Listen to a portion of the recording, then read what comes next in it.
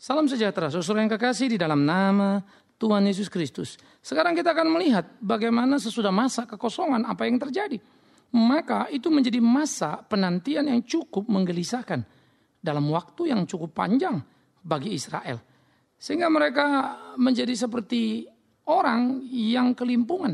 Negara tak lagi berkibar karena mereka ada dalam penjajahan tak langsung pada waktu itu. Silih berganti orang yang datang. Di sisi lain saudaraku, kebanggaan akan diri sebagai umat pilihan semakin menipis. Sehingga penantian semakin kuat, yaitu penantian akan Mesias yang dijanjikan. Begitu kuatnya penantian akan Mesias sehingga dibumbui dan diwarnai pewarnaan bahwa Mesias itu akan datang sangat militeristik. Berperang dan memenangkan peperangan untuk bangsa Israel. Nah, itu yang ada di benak mereka. Sehingga tidak heran kalau kemudian mereka tidak bisa menerima Yesus Kristus. Yang dipandang sebagai lembut, lemah, mana bisa menjadi militer dan tidak jago berperang. Bahkan mengajarkan selalu cinta kasih dan mengampuni musuh. Itu sebab mereka kecewa. Tetapi lepas dari bagaimana kekecewaan itu, sekarang kita akan melihat bagaimana Alkitab itu terus bergulir, terus berjalan dalam satu pemahaman yang begitu sangat menarik. Sehingga tidak ada penggalan-penggalan yang putus begitu saja. Tetapi semua menjadi sesuatu yang indah. Sehingga masa kegelapan pun mempunyai pemaknaan. Mahalnya sebuah penantian. Dan sudah seharusnya mestinya orang Israel ketika Kristus datang merespon dengan baik. Sayangnya itu tidak mereka lakukan. Lukas pasal 3. Kita akan membaca saudara yang kekasih. Lukas pasal 3 ayat 1 sampai ayat yang ke-6. Lukas pasal 3 1 sampai 6 demikian firman Tuhan. Dalam tahun ke-15 dari pemerintahan Kaisar Tiberius, ketika Pontius Pilatus menjadi wali negeri Yudea dan Herodes raja wilayah Galilea, Filipus saudaranya raja wilayah Iturea dan Trakonitis, dan Lisantas raja wilayah Abilene. Pada waktu Hanas dan Kayafas menjadi imam besar, datanglah firman Allah kepada Yohanes anak Zakaria di padang gurun. Maka datanglah Yohanes ke seluruh daerah Yordan dan menyerukan, bertobatlah dan berilah dirimu dibaptis, dan Allah akan mengampuni dosamu. Seperti ada tertulis dalam kitab nubuat Yesaya. Ada suara yang berseru-seru di padang gurun, persiapkanlah jalan untuk Tuhan, luruskanlah jalan baginya. Setiap lembah akan ditimbun dan setiap gunung dan bukit akan menjadi rata. Yang berliku-liku akan diluruskan, yang berlekuk-lekuk akan diratakan, dan semua orang akan melihat keselamatan yang dari Tuhan. Lalu dari pasal ayat 6 kita melompat ke ayat 21 dan 22. Ketika seluruh orang banyak telah dibaptis, dan ketika Yesus juga dibaptis dan sedang berdoa, terbukalah langit. Dan turunlah Roh Kudus dalam rupa burung merpati di atasnya, dan terdengarlah suara dari langit, engkaulah anakku yang kukasihi, kepadamulah aku berkenan. Saudaraku yang kekasih, masa kekosongan sudah mulai mencair. Pengharapan sudah mulai tampak. Diwarnai dan dilatar belakangi tentunya berita yang mencengangkan bahwa Elizabeth yang sudah tua akan hamil dan mengandung anaknya. Sehingga yang mandul yang tua akan hamil. Sementara berita yaitu mengandung anaknya, lalu itu namanya Yohanes Pembaptis. Sementara Maria saudaranya yang masih perawan ya akan juga mengandung. Sehingga ada dua wanita dalam dua keajaiban yang luar biasa. Yang satu perawan Maria mengandung, yang satu ya orang wanita mandul dan sudah tua mengandung. Nah, Maria kemudian melahirkan Yesus Kristus Tuhan. Saudara-saudara, bagaimana kisah tentang Yohanes Pembaptis ternyata sudah dikumandangkan dalam nubuatan oleh Yesaya. Bahwa dia adalah si pembuka jalan. Ya, yang digambarkan sebagai orang yang berteriak untuk mempersiapkan jalan bagi Tuhan. Untuk meluruskan jalan baginya. Untuk menciptakan sesuatu persiapan yang begitu luar biasa. Tentu ini berbicara tentang moral. Ini bicara tentang ledakan kegerakan. Ya, ini bukan bicara meratakan jalan yang lobang-lobang begitu kan. Bukan itunya, tetapi ini lebih mengarah kepada kualitas rohaninya. Bagaimana akan ada satu persiapan moral yang hebat. Dan memang Yohanes Pembaptis melakukan itu. Itu sebab dia mengusir mereka yang tidak sungguh-sungguh. Bahkan menyebut mereka ular beludak karena mereka penuh dengan kemunafikan, keagamaan ketika mereka mau minta dibaptis. Yohanes menunjukkan pengajaran yang begitu hebatnya. Menghantam dengan jelasnya. Nah itu membuka jalan, memberikan satu gambaran bahwa Sang Kristus yang akan datang adalah Kristus, ya, Tuhan Sang Penyelamat yang tidak suka bermuka dua, yang tidak suka orang berhati dua, kan begitu. Sehingga orang sudah dipersiapkan untuk menghadapi itu. Nah saudaraku, kedatangan Yohanes Pembaptis menjadi suatu kedatangan yang penting. Ia mengerjakan satu pekerjaan yang sangat luar biasa. Lewat kelahirannya memang juga luar biasa. Dari ibu yang wanita, tua dan mandul bisa melahirkannya. Dan ayahnya yang imam saja tidak percaya itu bisa terjadi. Sampai kemudian dia ditegur oleh Tuhan dan sempat bisu selama menanti kelahiran daripada Yohanes Pembaptis. Nah, ini menjadi sesuatu pergumulan yang sangat menarik. Nah, oleh karena itu sebagai seorang pembuka jalan, Yohanes Pembaptis telah memainkan perannya secara maksimal. Ia telah melakukan apa yang begitu hebat di dalam seluruh perjalanan sejarah. Sehingga Yohanes Pembaptis telah mengerjakan pekerjaan yang sangat luar biasa, yang Tuhan percayakan kepada dia. Begitu pula saudara yang kekasih, bagaimana karya-karya yang dikerjakan Yohanes Pembaptis menjadi sebuah karya yang hebat. Bagaimana karya-karya yang dikerjakan Yohanes Pembaptis menjadi suatu karya yang sangat dahsyat. Ini perlu untuk kita nikmati bersama. Bagaimana hidup dipakai Tuhan. Tetapi ingat, Yohanes Pembaptis tidak menjadi kaya raya hanya karena jaya dan terkenalnya. Tetapi dia sangat jaya dan terkenal karena menegakkan kebenaran. Bahkan yang didapatnya adalah permusuhan, pertikaian khususnya dari Herodes yang dikritiknya moralnya yang salah itu. Sehingga Herodes ya karena permintaan anaknya memenggal kepala Yohanes Pembaptis. Itulah yang didapatnya. Atas kejujuran, kesetiaan, kebenaran dalam mengemban pelayanan yang dikerjakannya. Tetapi Yohanes Pembaptis orang yang terhormat, bukan? Nah, dia layak sebagai orang yang melayani Tuhan. Dia layak sebagai orang yang mempersiapkan jalan bagi Tuhan itu. Karena memang dia sudah melakukan dalam nilai-nilai yang sangat mencengangkan, yang sangat luar biasa. Nah, jadi masa kekosongan tiba-tiba ada tersentak sebuah pengharapan. Maka gambaran dikatakan ada suara berseru-seru di padang gurun. Itu menjadi satu gambaran menarik. Bahwa di masa kekosongan itu tiba-tiba ada satu suara yang datang. Ini menggambarkan satu gambaran di padang gurun yang begitu terbuka ada gema begitu ya. Nah itu sangat menunjuk kepada peristiwa kekosongan. Lalu tiba-tiba ada suara yang tidak biasa dari Yohanes Pembaptis yang dikumandangkan begitu rupa. Yang mengingatkan banyak orang untuk kembali ke jalan Tuhan. Ini menjadi sesuatu yang hebat sekali. Nah jadi saudaraku yang kekasih, di dalam bagian-bagian penggarapan seperti ini, mestinya kita betul-betul menghidupi apa yang Tuhan kehendaki. Supaya hidup kita itu sungguh-sungguh melayani Dia. Dan melakukan tiap ketetapan-ketetapannya. Sehingga dengan demikian, kita betul-betul bisa menjalani hari-hari kita seturut dengan kehendak Tuhan kita. Nah jadi masa kekosongan itu kini sudah diwarnai oleh gegap gempita suara yang berteriak-teriak. Yaitu suara Yohanes Pembaptis. Nubuatan tentang Yohanes Pembaptis yang dikumandangkan Yesaya. Yesaya pula lah yang bernubuat tentang Kristus Yesus yang akan datang. Ada banyak kitab-kitab lain tentunya. Tetapi gambaran bagaimana seorang perempuan muda atau yang di dalam kitab Injil disebut langsung sebagai anak darah atau perawan itu melahirkan. Itu adalah nubuatan di dalam kitab Yesaya. Yang menggambarkan kepada kedatangan Kristus Tuhan kita. Nah jadi saudaraku yang kekasih. Apa yang dikatakan di sana menjadi sesuatu yang amat sangat luar biasa. Nah itu menjadi sesuatu satu persiapan surga yang begitu hebatnya. Yang mempersiapkan segala sesuatunya. Sehingga ketika dia kelak terjadi mestinya kita nggak perlu kaget. Udah ada sih. Kalau kelak terjadi mestinya tidak membuat kita menjadi sulit percaya. Karena sudah dikatakan sih. Tetapi ternyata memang untuk kebenaran manusia terlalu bebal untuk bisa mengerti, keras kepala, tidak karu-karuan. Sehingga mereka tidak mampu memahami apa yang menjadi kehendak Tuhan sesungguhnya. Mereka justru melakukan hal-hal yang menyedihkan. Mereka justru menghina diri sendiri dengan tindakan-tindakan yang sangat meresahkan. Nah, saudara-saudara yang kekasih, Kristus yang juga sudah dinubuatkan oleh saya dan kitab-kitab lainnya datang menyatakan diri sebagai juru selamat yang dinanti-nanti. Karena gambaran tentang Mesias yang akan datang di kitab PL mewarnai, khususnya dalam kehidupan sejarah Israel. Bagaimana perang datang silih berganti dan mereka kalah. Bahwa kalau mereka taat mereka akan menang.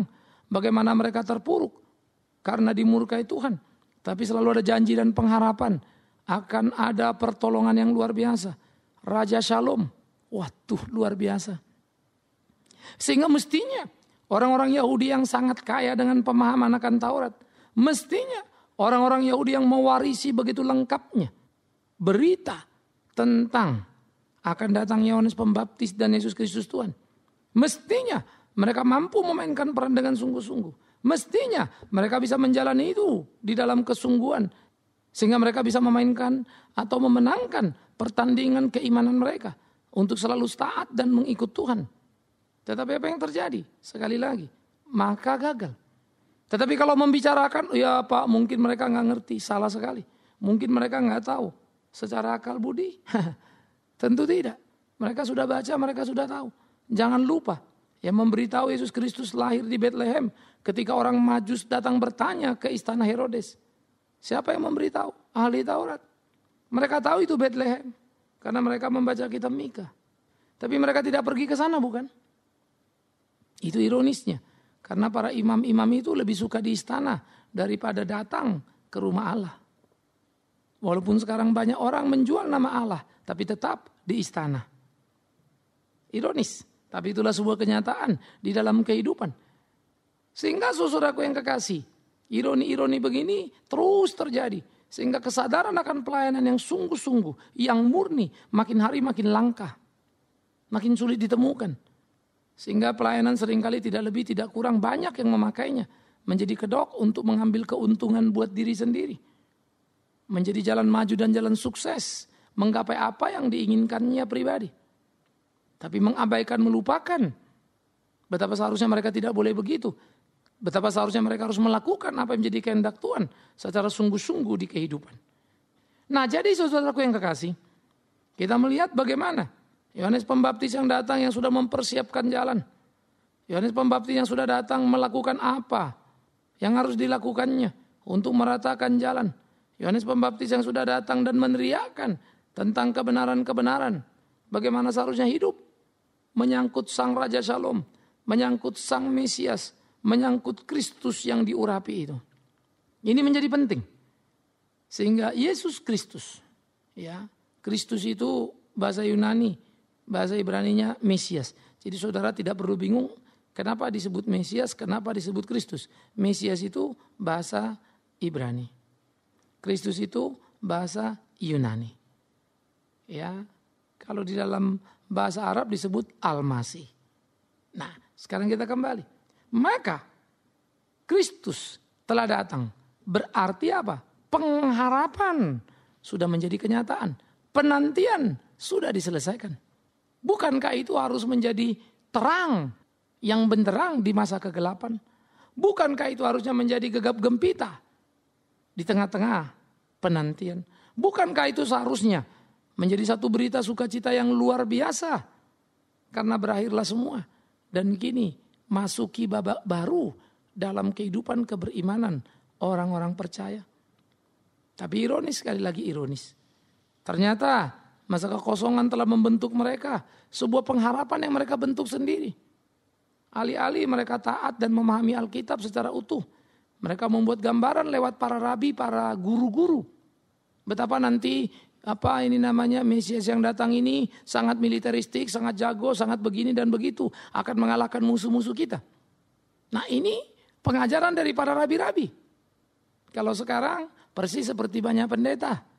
Yang kemudian bisa berkhotbah sana sini. Tetapi sayang, sangat spekulatif. Mengatakan apa yang Alkitab tidak katakan. Atau menerjemahkan lebih dari Alkitab maksudkan. Sehingga muncullah kemudian orang punya pengharapan yang macam-macam. Sehingga akhirnya Yesus Kristus yang sejati itu tak lagi tampak di situ. Tapi Yesus Kristus yang menurut seleranya masing-masing. Kelompok itu masing-masing. Begitu juga yang terjadi zaman Yesus. Sehingga jangan heran kalau mereka menolak Yesus yang sebenarnya ketika datang. Karena mereka punya gambaran sendiri tentang Yesus itu. Ya, Banyak orang karena punya gambaran Yesus adalah tabib penyembuh yang pasti menyembuhkan apapun sakitnya. Kalau nggak sembuh lalu dia kecewa sama Tuhan Yesus. Aku nggak sembuh, nggak mau lagi datang ke gereja. Karena memang dia sudah dipenuhi oleh pemikiran-pemikiran yang salah. Sayangnya dia ada di tempat yang salah pula. Nah ini memang sangat pendidikan. Di sisi lain saudaraku yang kekasih, keprihatinan yang kita semakin kuat adalah karena juga ini menjadi hal-hal kepedihan, kengerian juga. Karena memang seringkali umat sendiri pun paling suka ketika dikenalkan kepada Yesus seperti apa yang mereka angankan atau mereka bayangkan.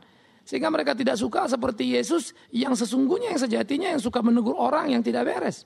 Begitu ya. Yesus yang sangat keras, Yesus yang sangat prinsipil ketika menyatakan kebenaran hidup itu. Nah, ini menjadi bagian-bagian yang penting untuk kita jalani sama-sama di dalam seluruh kehidupan kita. Sehingga Kristus yang menyatakan diri itu menjadi Kristus yang dimusuhi, ironisnya. Padahal ingat tadi, Yohanes Pembaptis sudah membuka jalan. Yohanes Pembaptis sudah memperkenalkan. Ini loh dia. Bukan aku, kata Yohanes Pembaptis tentang Mesias itu, bukan. Tapi dia membuka tali kasusnya saja, aku tidak layak. Yohanes dengan segera sadar. Itulah dia. Pengenalan Yohanes begitu mendalam kepada Kristus. Kesadarannya begitu hebat.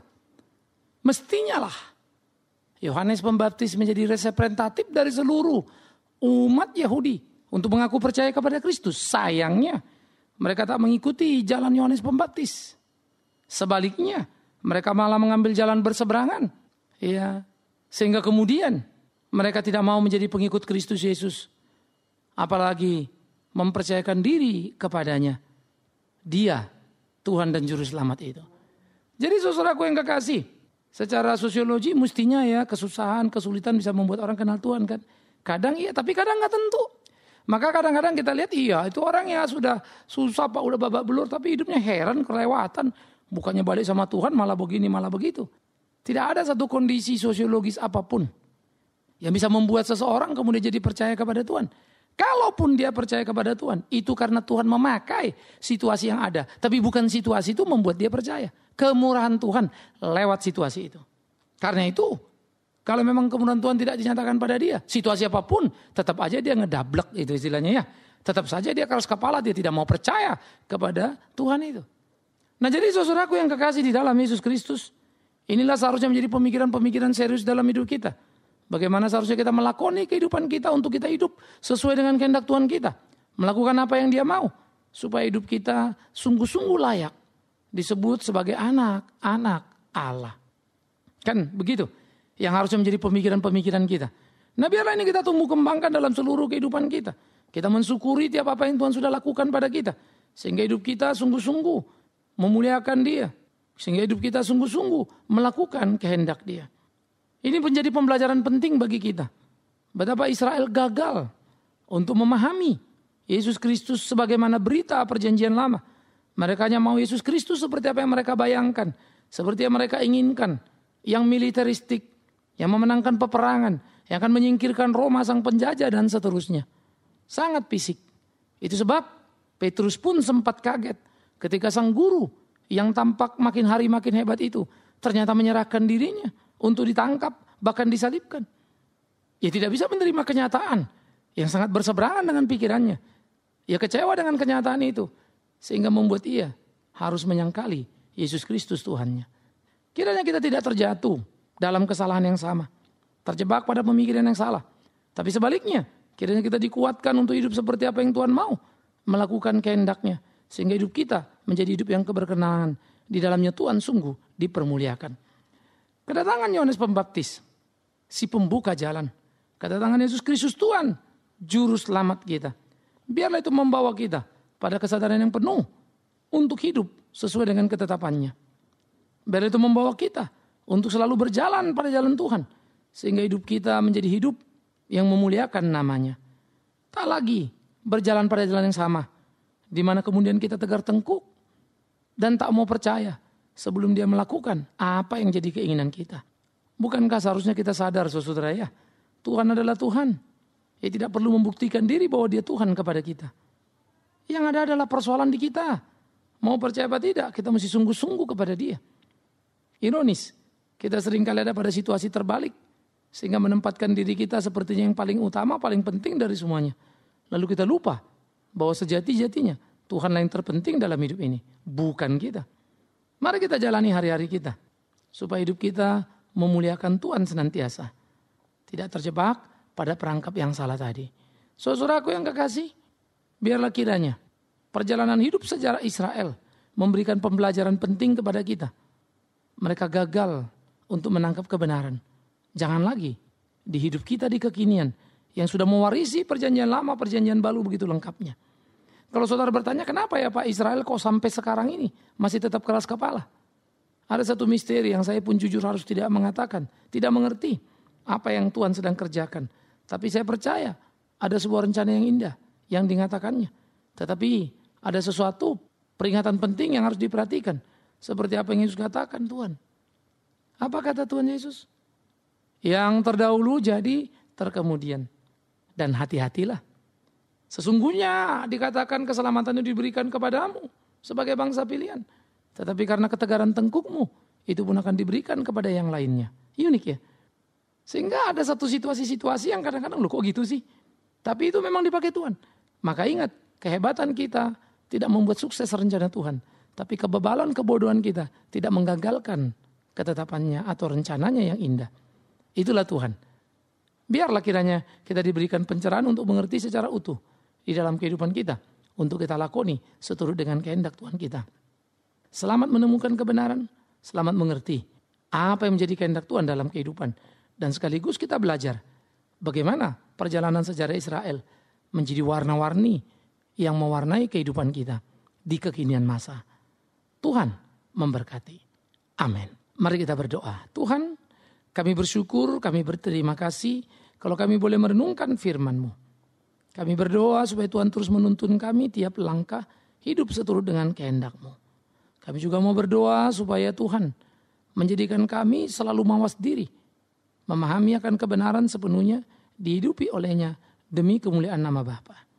Kami serahkan segenap hidup kami ke dalam tangan-Mu.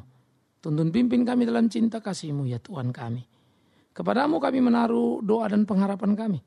Di dalam satu nama yang ajaib Yesus Kristus Tuhan kami. Kami berdoa, kami bersyukur kepada Bapa di dalam sorga. Terpujilah Tuhan kami kekal selama-lamanya. Amin.